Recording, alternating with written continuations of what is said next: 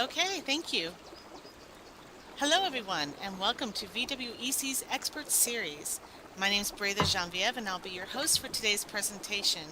And we will be hearing from 5 experts today, each of whom has successfully presented virtual learning tools to their school's administrators and actually got a yes. And since I've never heard that word personally, I'm excited to hear what each of them has to say. But before we begin, please note that our presentation today will be live streamed and the recording will be uploaded onto YouTube. And I have put a link to our YouTube channel in local chat. So when you check out that YouTube channel, be sure to subscribe to VWEC channel and be notified of all the excellent content that is continually being added. So what we will do is today each of our panelists will speak for a few minutes about their experiences working with their administrators, and then during this time we are going to ask you to please hold your questions, and then when everyone is done I will open up the floor for the second part of our presentation for Q&A. So with that, it is my pleasure to introduce our panel. Today our first speaker will be Meryl McBride, who is Meryl Johnson, Professor of Geography at Colorado State University, Fort Collins, and previously a professor at the University of New Orleans. Much of her career has been spent in academic administration, including department chair, associate dean, acting dean, associate provost, vice president of academic affairs, and a number of acting and interim leadership positions. She was PI for a Louisiana Second Life project involving a consortium of Louisiana universities that was funded through competitive grants. She is a political and economic geographer by training and has published work in a variety of peer-reviewed journals, as well as a book on a geographer's guide to social virtual worlds last June. Please welcome Meryl. Thank you.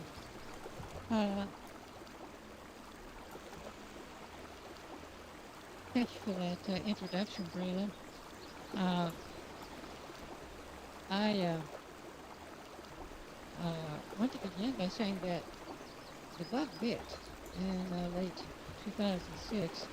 I became totally enthralled by the possibilities of social virtual worlds, not only for me personally, but higher education in general. My new Second Life avatar was crude by today's standards, but provided an entree into an extraordinary electronic geography of sights and sounds that, at least I thought, were full of promise for educational innovation. I became a Second Life missionary on my campus. Not only did I spread the word and recruited colleagues, but I set out to find some support for a campus initiative. This was the golden age for social virtual worlds.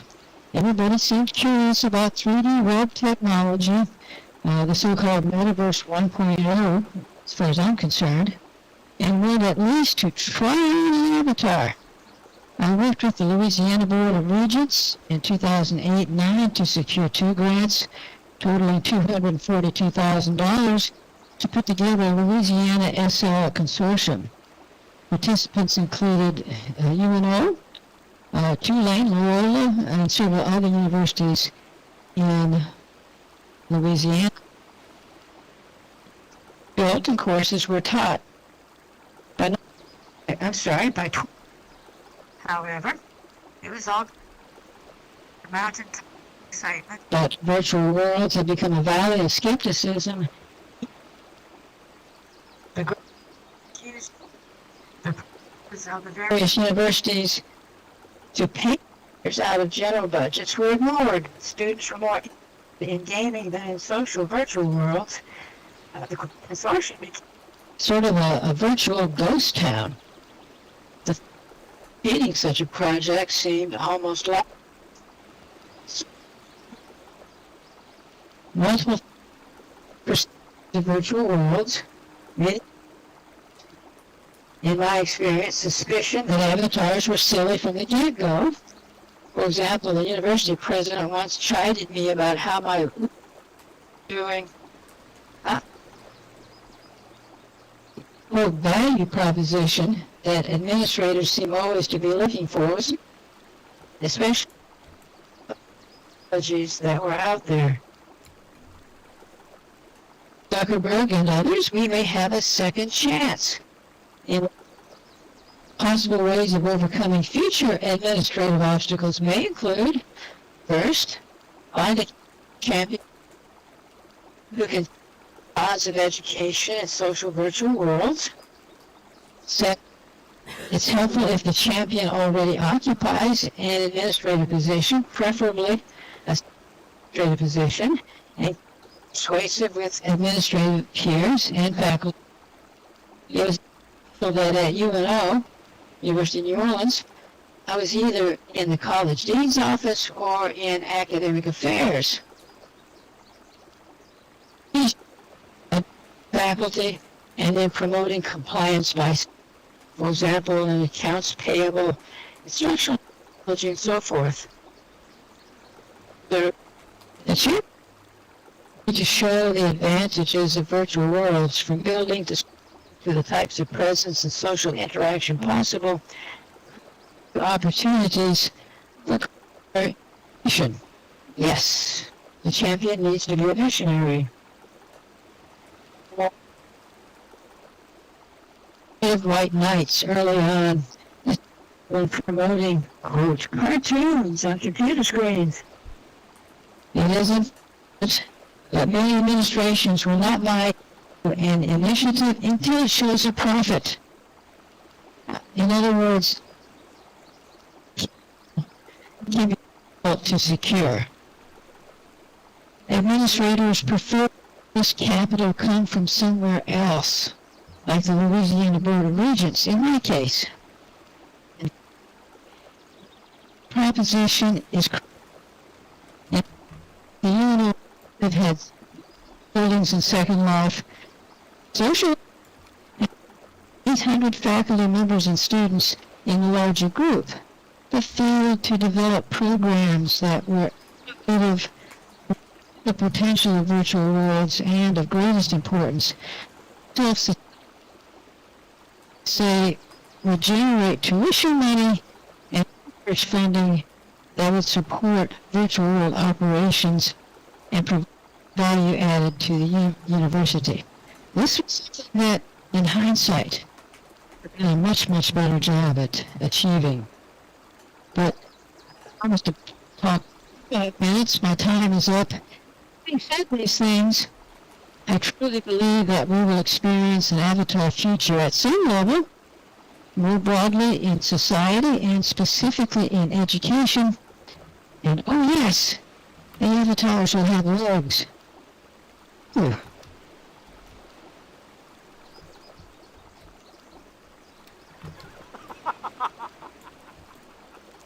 Thank you so much, Meryl. I love the idea of being a missionary too. That's actually a perfect word for that.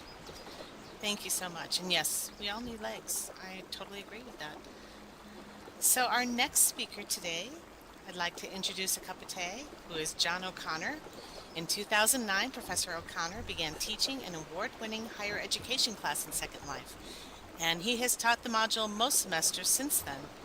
Teaching in collaboration with colleagues in Dublin and universities in Ohio and Turkey have given participants a unique intercultural experience. John served as a Dean of the College of Arts and Tourism at Technological University Dublin, Ireland from 2012 to 2021 and is currently leading the university's team in developing a European University of Technology with 7 partners across Europe. Please welcome John O'Connor.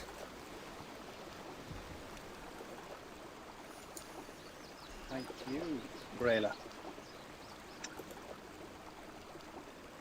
So, I've been teaching a module in Second Life since 2009. I began by applying for a faculty learning technology grant to write the module. And the reason for that approach was to ensure that the module was approved formally by all the various academic and quality assurance committees in the university before we commenced delivery. The grant included sufficient funding to cover Premier membership of Second Life and in-world building costs also. However, the bureaucracy around attempting to claim back my expenses was so hellishly time-wasting that I gave up. At that time, our finance department harked back to the 19th century in its approach, and national procurement regulation designed to ensure transparency and equality of opportunity presents huge problems when it comes to buying online services, and in particular paying invoices generated outside the country. I did a very simple cost-benefit analysis and decided to fund my membership of Second Life personally and use barter wherever possible to cover other expenses. So, for example, I came to an arrangement with Virtual Dublin in Second Life to locate the campus there. They managed our build and hosted us in the sim in exchange for 2 free places on the module each semester. I did have authority, I was ahead of school at that stage, to make this offer. Virtual Dublin could retain any fee it decided to charge or offer the places in return for other services, while successful participants received a certificate of completion from the university. That approach has worked well over the last dozen years, but now that I want to grow TU Dublin's presence in Second Life, it will be necessary to engage with our finance office and work out how to manage paying for a virtual campus directly with university funds. I also avoided IT problems until last year. My initial impetus in designing an online module was to avoid the problem of cancelling classes due to urgent faculty meetings, which sometimes occur at a moment's notice for a head of school. So I offered the module in the evening time from 8 p.m. so that I could teach at home. In any case, my internet connection was more reliable and faster than the university network. Last year, with my new appointment freeing me up from the burden of faculty meetings and moving to a brand new building with a state-of-the-art fit-out, I decided it was time to try on-campus delivery during the normal daytime class schedule.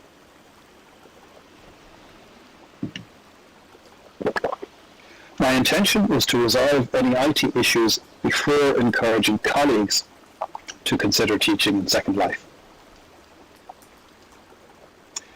I contacted the IT department and explained that the module required access to Second Life, which would mean opening certain ports that are normally kept closed for security reasons.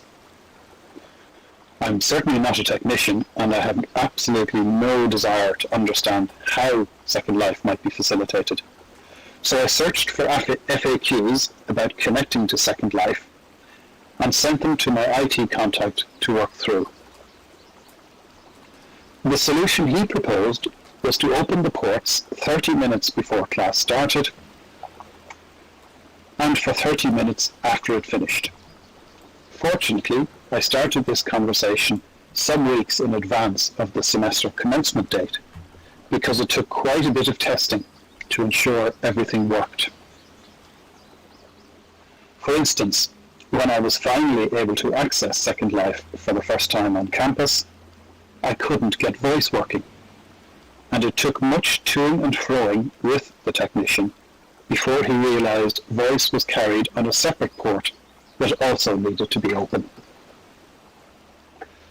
So the lesson here is that it takes much more time than you could ever imagine to facilitate a new technical requirement of any sort. Fortunately, I was working with a willing and supportive technician. If he had not been interested in making this work, it may have been a different story. So, what lessons can I share that might help anyone thinking about teaching in Second Life? There are 4 things I strongly recommend considering. Firstly, start building a relationship with your support services in the university, well in advance of doing anything. If you are not in a leadership or managerial role, you may need to reach out to someone who is in such a role, because you are more than likely to need their support in facilitating your requests with the central services. Before engaging with IT, you need to do a certain amount of homework yourself, so that you know the basics of what is needed, even if you don't understand how to do it yourself. The more information you can provide to the technicians, the more willing they will be to help. In other words, make their lives as easy as possible, and they will generally return the favour. Secondly, you need to practice in situ, so that you are sure everything works. But you also need a plan B. For example, during one of my early classes on campus, the university network went down. I was able to switch to using the hotspot on my phone and keep going. That, of course, was when I discovered many of my students were doing the same thing. Thirdly, a useful approach to get permission to try something new, such as this, is to set it up as a pilot project.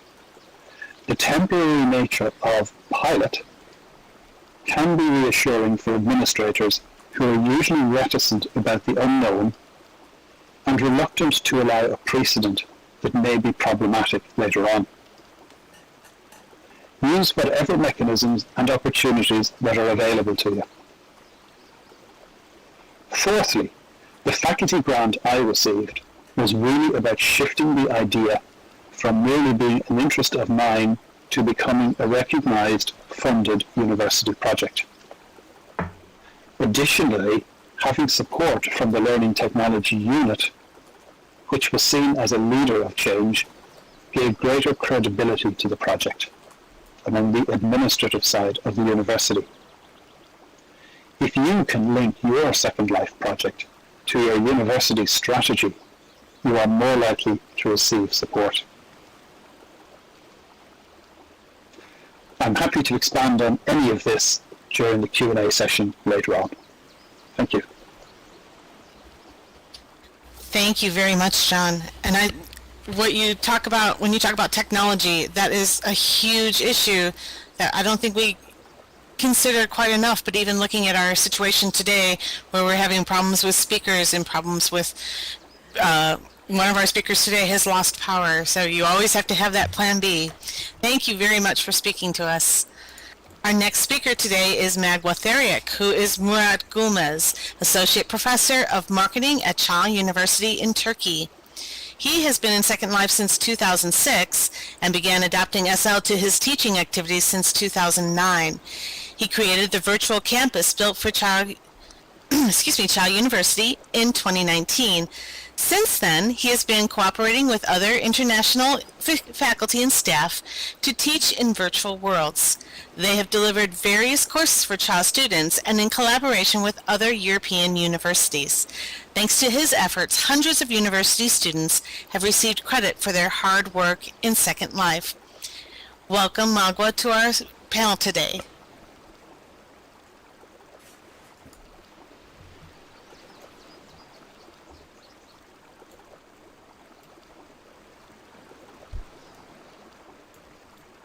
Hello everyone.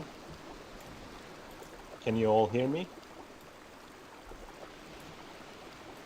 Okay, great. Thank you for inviting me for the panel tonight, and I would like to share my own experience in Second Life, which started about 2006 with another avatar which I forgot the password and lost totally. But then this is my second avatar, Magua. And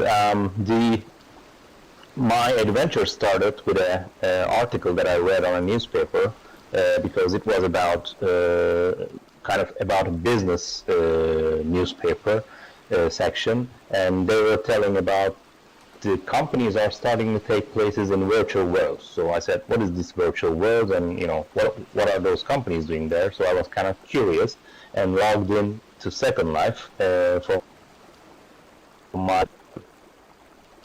old computer at that time, and then realized here is an interesting place, but I didn't see much opportunities here for anything for business at that time, or anything for teaching, or using it for academic purposes.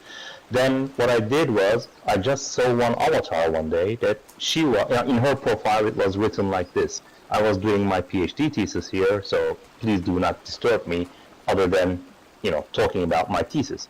Then I said, okay, it just ring a bell in my mind, and then I said I can use here for writing thesis with my students. And then that is the first thing I did as in Second Life in terms of academic use. So we wrote a thesis about entrepreneurship in Second Life. And then that was years before that I wanted to use this place for my students. I wanted my students to see this world, and I integrated certain assignments regarding the Second Life as an optional assignment to my courses. Until 2019, which I decided to come up, now it's time to carry on a full course here, and I wanted to build the university campus here as a virtual campus. So what I did was I wrote a project, and I asked for funding from my university. The key point there to get that funding or the project approved was timing, in my opinion. If you are, as a faculty in university, if you're looking around and knowing the dynamics that your university is working on with, you have more chance, because the reason is my university was going through an audit at that time by our education council, and they want to show as many projects as possible to them that they're doing, especially the innovative teaching projects. So my project was a perfect match for this description, and it was right on time. That's why it was funded without much questions asked about what is Second Life, what are you going to do there. But it was written there, and then the administrative work was done, and then the management decided to support this campus. So it was right before the pandemic started, and I started to teach my first course here fully on our virtual campus. To build that campus, I did get a lot of support in Second Life from our local network here, which was Kevin was one of the persons who helped me a lot to build the campus, Rockcliffe University Consortium, and I found him through my other networks because they suggested me to go to him while I wanted to build a campus. So network is another key issue. You have to be part of the network, and that is what we're doing here right now. Like, we are meeting in this consortium, and then we are sharing our experiences to each other, as well as whenever we need, we are helping to each other. Then I was working with other partners, such as Wisdom Seeker, John here. Now we're all doing common projects together. We are working as a team almost for more than a year. We are delivering courses, we are making meetings about them, and so on. So the key point to get the funding or support of your administration is timing and knowing what their strategy is, what they are looking for, what they are dealing with at that time of time that you're applying for that funding. And if you could fit your Second Life project to this aim of your university or the goals of your university, or you align it with their strategy, then you have much better chances to get the funding in that sense. Another thing I could just advise is maybe look at what are trends around. Like, for example, sustainability is one of the very hot topic all around the world. And because we are integrating sustainability to our courses, to our Second Life projects. We are doing a two-pillar thing, a digital transformation and sustainability together. And then those are the very hot topics and the priorities for many institutions all around the world. If you're going for EU funding or if you're going for funding from the government, those are their priority as well. So your chances to get the funding with a project in these topics will be much higher than on a regular other project. And overall, I would like to thank all our help support from our network as China University in here. We have been working with them very in harmony, let's say, and then it's very fruitful. It has been very fruitful for us, and it's going to be more fruitful in the future, I hope so. So I will be happy to answer any questions in the questions and answers section as well. Thank you. Great, thank you very much. Yes, timing is extremely important. Timing and networking are the two big takeaways I've got from that. Thank you so much. Our next speaker today is Medi Martian, who is Erik Moore. He holds a PhD in cybersecurity and a Master of Fine Arts. He's been teaching cybersecurity in virtual worlds for 10 years. He builds on security operation and data centers, his builds, on security operation and data centers continue to be used by various universities. He's also editor-in-chief of the Journal of the Colloquium for Systems Security Education and a chair of the World Information Security Education Conference. Welcome to our panel, Medi. Thank you so much. Really happy to be here. I thought, wow, this is so much great advice already. I wish I had had this advice when I was starting out in these things. It would have been so helpful. My own experience, I started in the year 2000 in the metaverse, in a system that was there before Second Life. I was working at Jones International University, and it was the first regionally accredited, fully online institution, and they emphasized transnational education. So virtual worlds fit right in, and it was used as part of the graduation. I was the chair of their information technology department at the time, and this was really an institutional push to move to technologies like this. It was started by the cable magnate Jones, and from there, I took that experience to Regis University, and they were really pushing online programs. And so when I suggested that this might be something Regis would do, we actually made a campus. And this was about the year, I can't remember the exact year, but it was just when Second Life was coming out, and we started at the Regis University campus of Second Life. And I can look at my bio here, September 21st, 2008. That's why I created this account. And so a few years after the previous experience, but that went on to, from the campus, we created a security operations center, as I was teaching cybersecurity at the time, and it could have fires and floods, and the students had direct access to laboratory consoles that were virtualized machines also, at that time using Citrix. And so that students could log on to machines inside the virtual world into a virtual compute space and address challenges in that security operations center.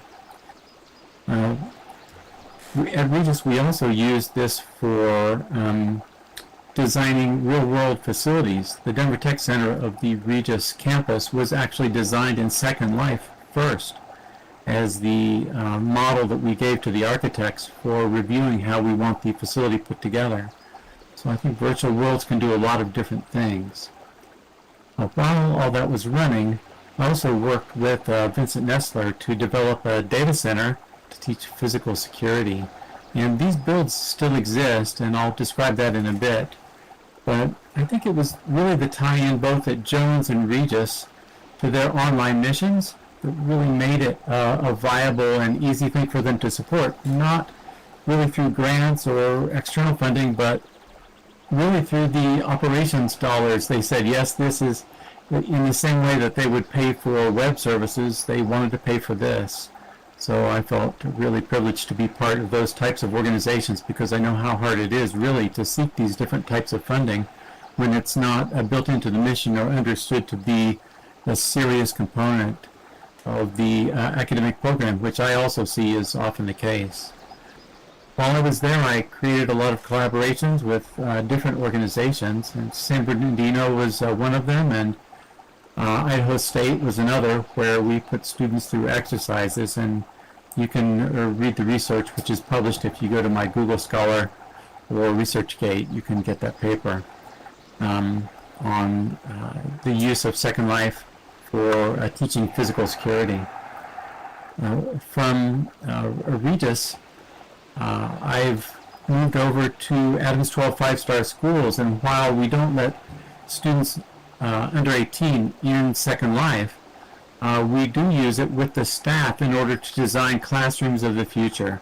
And it's been used to provide advanced modeling and to allow our staff in the facilities, in our architecture group and other places like that, to go in and try models of new classrooms for virtual worlds, because we could leverage these same features of the media really works. You can turn on the computers. You can project things on the screens. So we could see early on what short throw projectors and other technologies could be like to experience for students in the classroom. One security build I designed, so an interesting thing about Adams 12 is that I did have a champion at Adams 12, the Chief Information Officer, was aware of my earlier work at Regis and said, yeah, let's design this, let's build it, and also feel free to share this sim out with other organizations and use it to promote cybersecurity and the enhancement of education. So I made maybe 10 levels in that space and included the old Regis work. After I left Regis, of course, that sim closed. Unfortunately, they didn't have the expertise to maintain it, but Adams 12 allowed it to get reinstantiated there. And so everything I described still exists and is available if you're interested in seeing it. In addition, I continued working with Regis and other institutions to design other security scenarios. Capital Technical University is one of those, and one of the builds we did is called the glass cage scenario. That's where a foreign bureau, like a consulate or an embassy, was designed in an office tower in a financial district. It's an unusual security scenario, but I had to build a city around it. So my wife teaches Japanese at Metropolitan State University, and when the pandemic occurred, I had this foreign city outside of my bureau, and she had a problem, which was teaching her students how to handle street directions. She could no longer take them into downtown Denver's Little Tokyo area and have them work around following how to get around the streets in Japanese. And instead, we designed a Little Tokyo around this glass cage scenario. We turned that generic city into Tokyo. And she would give them assignments, and they would have to go find something. And if they came back with the right thing, it meant they did the directions correctly. So it's a different kind of thing, and it led me to the idea that there are hybrid uses, and that universities collaborating on different things where some people have funding and some don't, and you justify these things. Metro didn't pay anything for the site, and CapTech has never paid either, but that's because I never needed to seek funding, because Adams 12 pays for the SIM, and because it's multiple levels, different people can use it. So those are some of the different experiences I've had. I feel like hearing all the stories over the years, I've had a very lucky and easy path forward here, but part of it really is because I've had champions at the institutions that have paid for this, Regis and Adams 12, and that's allowed me to really share a lot of these things and do joint builds with a bunch of really creative and interesting people from other institutions as we work together. So That's a little bit about my story, but cybersecurity has been a big part of it as I introduce those scenarios in a variety of different ways. Thanks.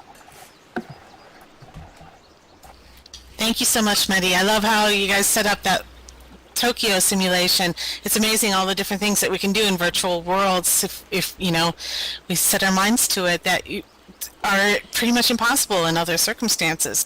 And I think that's a huge selling point.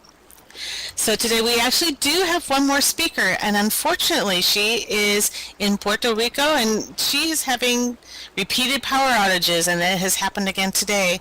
So I'm going to go ahead and share the introduction, and she has sent us what she was going to say during her portion of the panel today. So I'm just going to post that in chat and read it to you. So our fifth person today is P. Illios, who is Rossana Barrios-Llorens, and she has a bachelor's degree in natural sciences from the University of Puerto Rico and a master's degree and postmaster certificate in academic and specialized libraries from the Graduate School of Sciences and Information Technologies. For 15 years, she's been working on the Conrado F. Asenio Library of the Medical Sciences campus at the University of Puerto Rico. She's head of the reference department, working information competency and technology workshops, and is admin and content creator for the library's website. I do have her statements here, so I'm going to go ahead and paste those in one at a time and share them with you.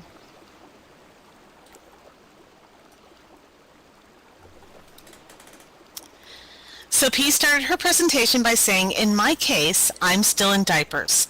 The network of the National Library of Medicine Region 2, where the southeastern states of the United States belong, has some funds designated to the poorer states. It is called the Membership Catalyst Award, in this case, Puerto Rico and Mississippi.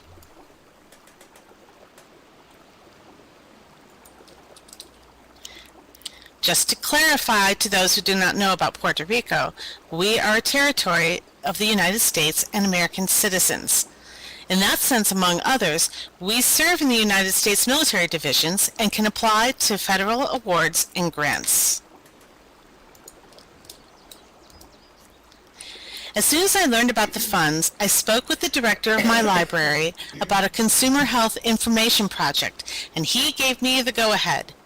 I must say that I am blessed by my director, Professor Charles Segui, who understands the possibilities of the metaverse and allows me to join my Fireside chat with Meryl McBride every Wednesday at 7 a.m., among other projects. We had a meeting with the network of the National Library of Medicine Region 2 Executive Director and other members of the staff and presented to them the Consumer Health Information Literacy Project for Latinos and Hispanic Americans in Second Life. I named the proposal Latino and Hispanic Americans Consumer Health Information in the Metaverse. Everything will be addressed in Spanish.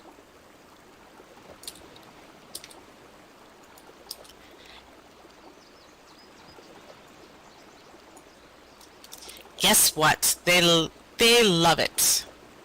Oops, that didn't post. Here we go. Guess what? They loved it. The word metaverse is sexy, and they immediately were interested. I showed the snapshots and explained the EduRegion initiative with the Virtual World Consortium. They liked the concept, considered it pertinent, and I was awarded with the funds. I am in the process of filling out every document they want me to produce. I think I will be able to begin in the last weeks of November. That's very exciting. In my campus, the National Library of Medicine plays a big role and respect. The origin of the funds make it easier for them to believe in me.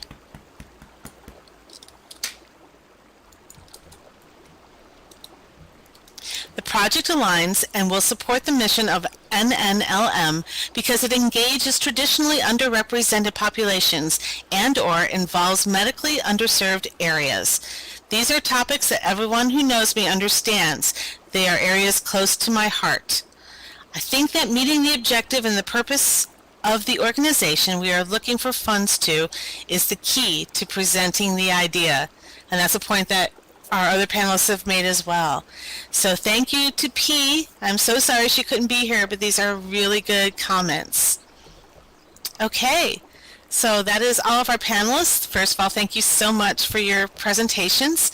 I'd like to go ahead and take a few minutes to open up for questions.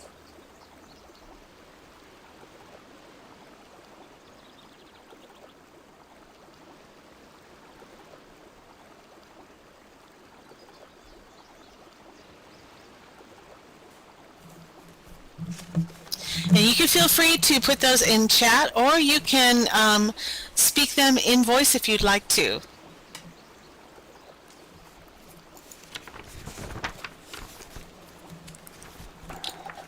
I see the question about what courses was I teaching. So Introduction to Cybersecurity is a course where physical security is a common thing to come up. So that would be one course.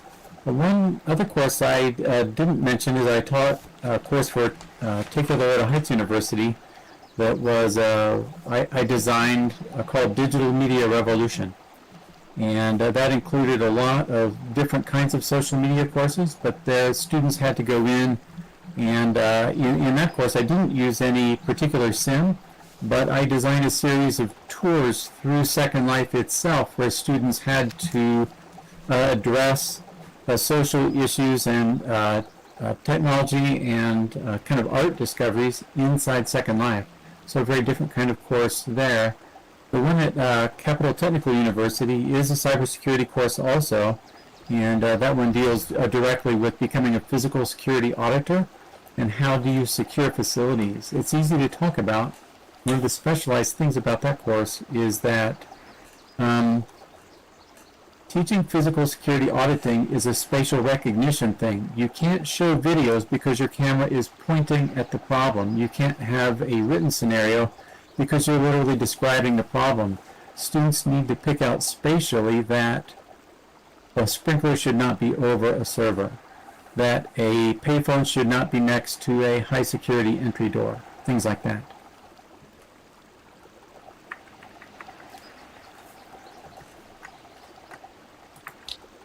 Thank you, Medi. I have a question from Wisdom Seeker. Have your students who took courses here in Second Life been helpful in getting more university support for you? Oh, that's a great question.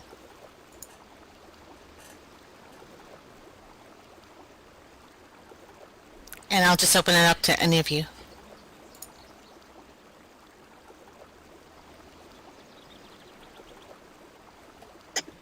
I might address that one, Brayla. I haven't found that to be the case in Second Life, but we did a master's program last year using the Oculus and an application called Spatial. And one of the students who graduated from that program is now working with us in a research capacity. She got a job quite quickly in her local education development region in the county. And we're now developing some research projects with her. So it does kind of depend.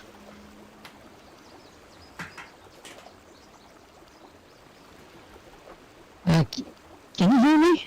I understand I had a voice problem before. You're clear right now. Okay, I'll talk fast. Students are difficult to discern. I found that you have to be comfortable in your own skin before you're willing to take on the skin of an avatar. And you have to, that means you often are a little bit older, but it also means that college kids are not always very enthusiastic about the life of an avatar because of what I just said. And most college students associate an avatar with some sort of gaming exercise. And so they don't really, ones I've been in touch with, really don't know what to do with a Second Life experience. I can say that at my university, had one instructor who taught genetics, and the students really loved it. He taught genetics in SL. In fact, he's still a very prominent member of the biology community in SL. And I have a suspicion that they would endorse the use of SL for that purpose. So, in response, it's a very good question, actually. In response to your question, students are a very mixed bag in their enthusiasm for social virtual worlds.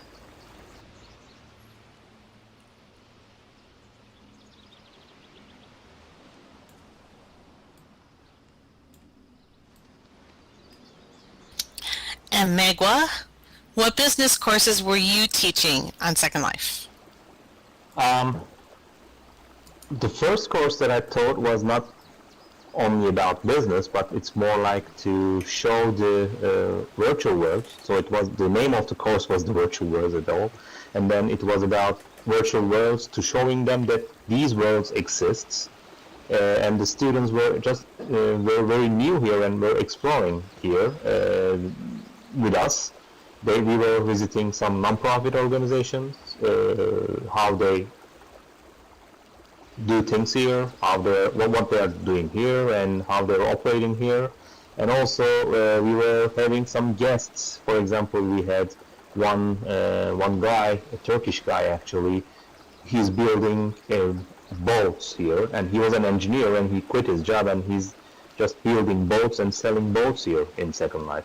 Now even he's, I think, doing more, like he's building houses and stores as well and selling those. So we were inviting those kind of people. They were talking to the students and so on. So it was the main. Yes, he was using SL for business, exactly. And after that, we called another course. We called it Marketing and Sustainability. Half of this course was more like a theory teaching about sustainability and how marketing is related to sustainability, and the other half was coming to here and doing this project about sustainability. They were doing presentations. Some of the crowd here, they were our audience at some point in those courses, and we are still doing that. The second half of the course is in Second Life, and we are creating 3D immersive stages for audience, and the students are making a presentation about sustainability to the audience. So far, those are the courses, and we are also doing the course with, for example, John's course and my course. We kind of integrated those courses to each other, and then now we have a hybrid course. It is really good in many sense, because we have intercultural interaction. We got Irish students, we got Turkish students. Sometimes we got even more nationalities in the groups. We got Erasmus students visiting us. Like this year, for example, we got a Spanish. Last year we got someone from Uganda, and so on. So like it's a mixture of nationalities here, and that is very fruitful, in my opinion. Yes, even from John's group, there are Chinese, African, and Eastern Europeans are coming as well. That is awesome. I think that is like probably the best thing about Second Life, is that it doesn't matter where you are. You can be here and be present with us. I think that is amazing. Exactly. So Ellie has a comment. I appreciate the inclusion of IT with John's comments. I feel that is something we often forget to note. And in fact, a question that I was thinking about is maybe telling us a little bit about some of the foibles that you have experienced or roadblocks you've encountered.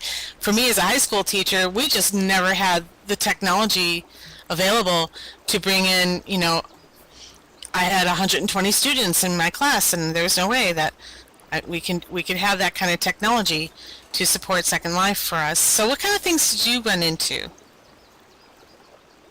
I think that the first thing to say is that most of us are not that technically literate when it comes to how networks operate and how all those communication protocols happen. And I quite naively at the beginning thought, if I can use Second Life at home, I'm sure I can use it on campus. And I certainly wasn't aware of all the security protocols that were in place. And naturally enough, as we hear more and more about cybersecurity, those protocols have become stricter and stricter. And the problem is that the IT section of the university has a responsibility to keep everybody safe. And when we come in with our requests to release ports and open up access that's off the normal routine, they're very wary and very careful. And that's why you do need to have some formal recognition of what you're doing if you want to do it on campus, and if you want your students to be able to access it on campus. What I was going to say is that one of the things I think we can usefully do here in the Eduverse space is start working on some FAQs aimed specifically at IT people and aimed at administrators, so that when academics who are interested in becoming involved need to have those conversations, they've got some resource that they can fall back on. And I think from our own experience, but also technical support from Linden Lab, I think that would be a really important resource that we could provide here in Eduverse space. Well, I really agree with that, John. I feel like one of the most gratifying things about my job, I'm the executive director of academic computing, so I'm in the role of the person who usually denies all those kinds of requests. But the great thing, my role is that I can be the advocate, and I can actually get those approvals through. And I know not everybody can really do that. So what you're saying is so helpful. I really appreciate it. Yeah, those of us who can facilitate should. And I was fortunate when I started my module, I was a head of school, which is a senior position within the organisation. So, people listened to me when I asked for help. As I went on and became a dean, that became much more important in terms of facilitating people. And I think it's very important when you're in that gatekeeper role to use it wisely. And by that I mean you need to acknowledge the important roles that other people have in keeping us all safe, keeping us secure, and keeping everything working smoothly. There's nothing more frustrating to somebody in IT than a cavalier academic who's really only interested in doing their own thing and doesn't really care about what happens outside and doesn't respect why regulation is in place. Equally, there's nothing more frustrating to an enthusiastic academic than a dogmatic IT gatekeeper who just will not listen and refuses even to engage. So an awful lot of it is about good communication. But respect for each other's roles and making an effort to understand why things aren't working can often be very, very important in unblocking blockages. So true. So be nice to the IT people. Maybe bring donuts. Okay, we still have we have a couple minutes if anyone would like to type or put in voice a question for our panel. Thank you for the popcorn, the IT popcorn.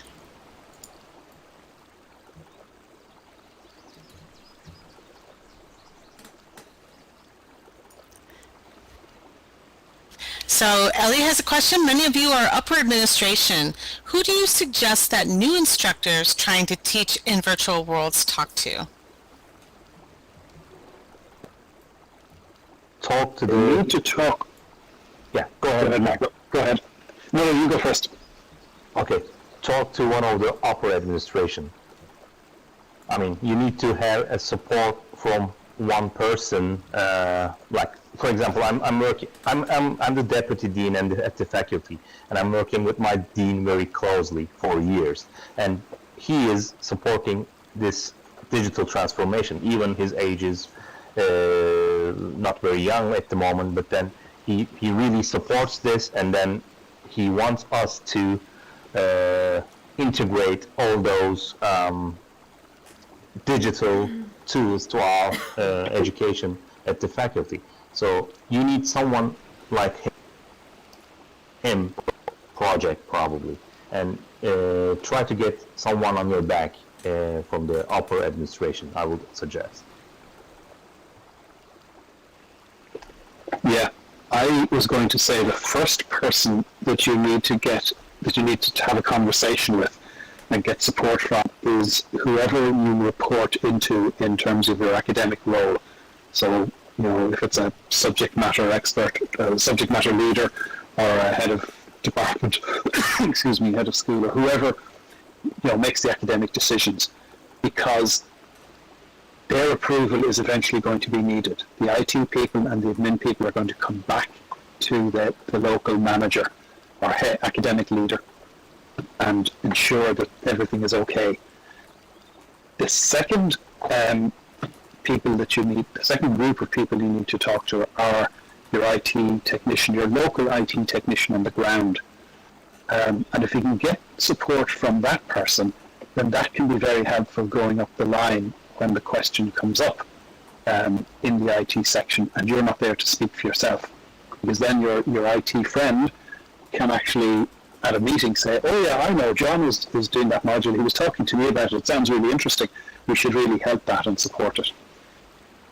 But the other thing I mentioned in my talk, the final thing I'd say, is if you can get formal recognition for what you're doing, so put in for a local award of some sort. There are always calls in universities for new and innovative projects to be done.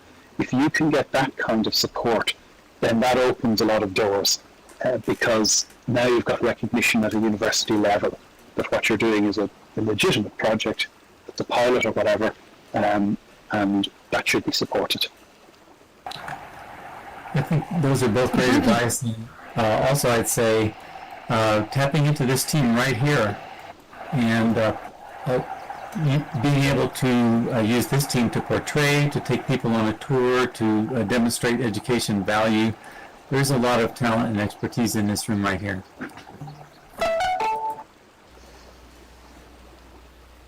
Did you want to add something, Meryl? Well, I was just going to say, I endorse what John said.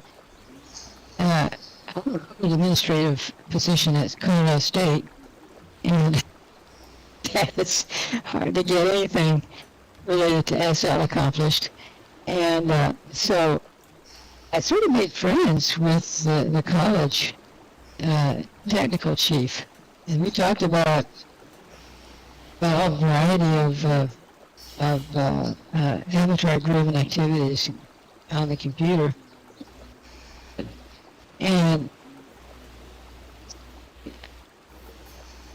a Second Life installation on my desktop computer at work. But otherwise, I would do some sort of huge act of Congress to get SL put on an office computer. Conversation, everything seems to be working fine. And it's because he sort of thinks it's interesting. And so John's right about this type of connectivity. This is extremely important.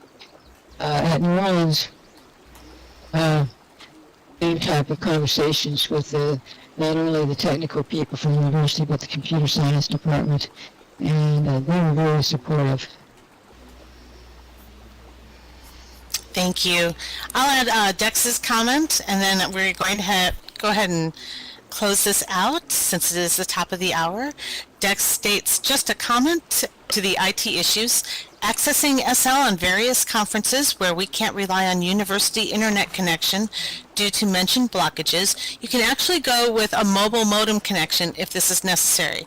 This may cost more on a phone bill, but it is a way out of problematic solutions. Absolutely. I go through that in my professional life as well.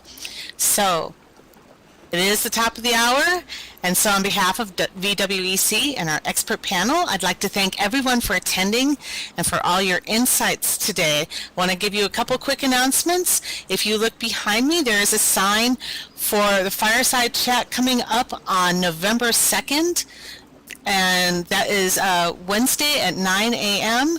That's going to be with Midori Linden, and those are always really, really helpful, really good. She has been a terrific supporter of education here in SL, and I encourage you all to be here. Also coming up in a couple of weeks, our next Expert Series presentation will be November 11th at the same time with Lear Lobo, who will be sharing her 18 years of teaching in the metaverse. So that sign is available on the other side of the stage, and you can click that to get more information. Don't miss that one. Also, just a reminder, you can find all scheduled events on the VWEC event Plaza calendar, and there's one in World and one at the place where I am going to copy paste right now. Also, the VWEC YouTube channel is available, and I'm putting that in local chat as well. And finally, if you're interested in presenting in the Expert Series or here in the Plaza, we have a form we'd love for you to fill out, and I am linking that as well. Okay? And so now, thank you, everybody, and I'd like to invite you to our patio area just behind us, and we can enjoy a little happy hour where we can continue conversations and have a few Halloween treats. So thank you, everybody.